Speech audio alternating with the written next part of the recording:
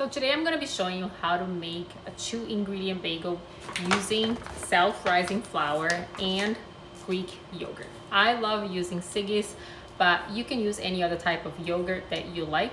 Greek yogurt is key though, and this one is 0% fat. So Fage is another good brand that I also like to use.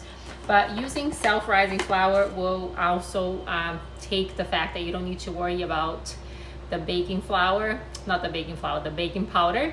So using this is also key. The bagels don't necessarily rise too much, but this flour is really good. So King Arthur is my favorite kind of flour to use for this. So to make this recipe is super easy. It's 1 part of flour and 1 part of Greek yogurt.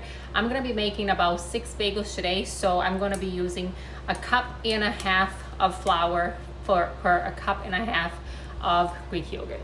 So you're really just gonna pour in the flour into a container. I like to use this flat container. It's just easier for me to mix the bagel once I have everything, all the 2 ingredients together. This is kind of a sticky mixture, so just be prepared to get a little bit messy, but I promise you, as you get used to this, it gets you get better at it, just like anything else. So make sure that you also drain the Greek yogurt so it's not too runny. If it's a little bit watery on the top, just a couple key notes for you if you are making this recipe for the first time. And as anything, the first time that you make something is going to be, you know, a little bit, it might not work out the first time, but I would encourage you to try again if it doesn't come out good the first time. So just mix the ingredients together. So this is my first cup of yogurt, and I need to add a 1/2 cup because I'm doing 1.5 cups of flour and 1.5 cups of yogurt. Ideally, if you want to really measure everything right, just use a 1/2 cup and a cup. I'm just eyeballing here because I'm used to making this, so no big deal. So after you have them you're going to just combine the 2 ingredients together.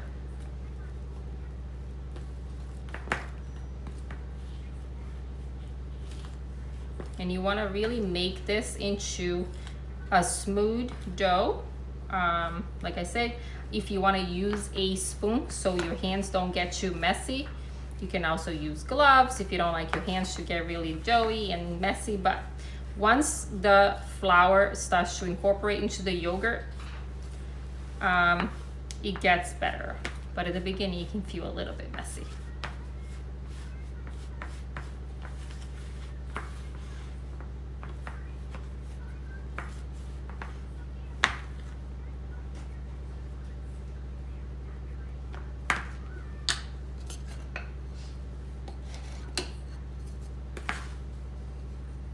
I like to use a wooden spoon also because it doesn't really stick to it. So it's just another tool that you can also use for you to make this recipe. But I feel like once you get them to get incorporating into each other, it gets pretty easy.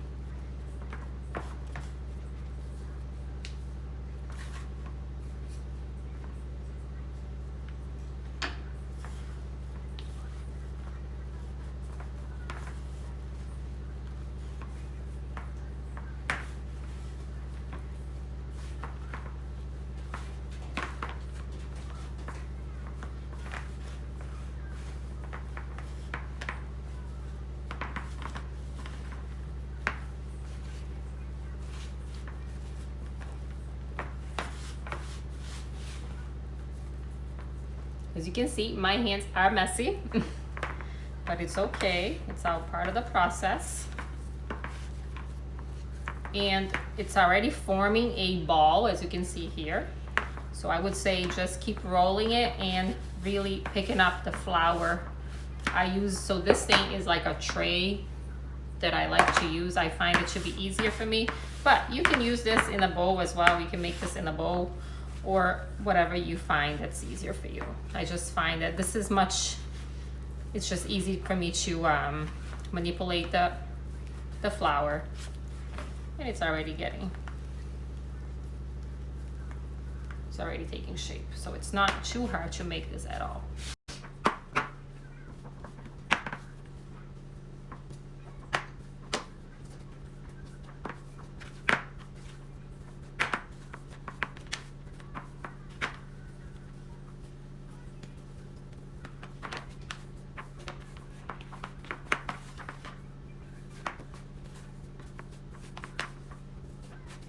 So I want you to really mix this so it gets to a point that, as you can see here, it's pretty much a ball.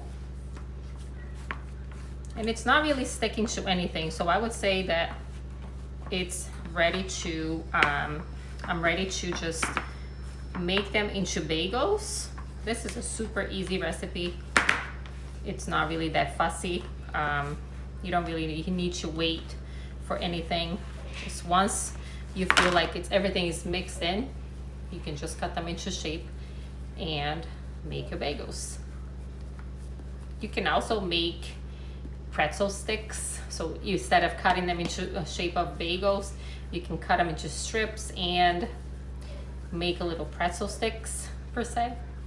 It comes out really, really good. All right, so I think this is good. Just going to do one more roll here, and we're gonna shape them into bagels. Then you're going to divide this into 5 or 6 parts, equal parts, to make the bagel, or I like to make them actually into a bun. I don't like making the hole in the middle. I find like they get a little bit flimsy, so I just make them into a little round shape. And I just like to have my sandwich, my egg sandwich on these, and I find like it holds together instead of having the little hole in the middle. But if you choose to do the little hole in the middle to look like a bagel, you may do that as well. So just make it into divide them into the amount of parts to make something about, let me show you the size of them. So it's just about the size of the palm of my hand, and just shape them into a little bun. As I said, I haven't done these in a while actually. Just decided to make them today, and you will get better as you make them on a regular basis. You will see the shape that you like better. You will see the size that you like better. But I like to keep, I'm aware of the calories, and I like to keep them at about 120, 140 max. So for the amount of ingredients that I used here, this should be, if I make 5, it will be about 135 calories or so. So that's pretty good, because we are using really good ingredients here. We're not using tons of stuff, and Greek yogurt and flour, that's about it. So I'm just gonna add a little bit of topping, which is going to be just a dab of mozzarella and some everything bagel for the topping. Another tip is just make them into a ball, just like this, and then you can just flatten them out on the palm of your hand. If you want to make the hole for the bagel, you can just either make a hole with your fingers, or you can find something that it has like a round shape to make a hole. So it would look like this if you were to do a bagel. I will make one just for the sake of this, because we want to make both styles. Next thing is your egg wash. I'm just gonna use some egg whites to brush the top of the bake. And you wanna put them on the parchment paper and heat up the oven at 350. Now you're just going to brush the top with the egg wash. You can also use regular egg. Just beat the egg and mix it with 1 tablespoon of water. I'm using everything bagel for the topping, and some sesame seed for 2 of them. I'm gonna add a little bit of mozzarella on top so it comes out like an Asiago bagel, and I'm gonna bake it for 22 minutes. You're gonna bake this for 22 minutes, then you're gonna turn up the oven to 450 for another 5 minutes. So it's been 22 minutes. Oops. A little bit in here.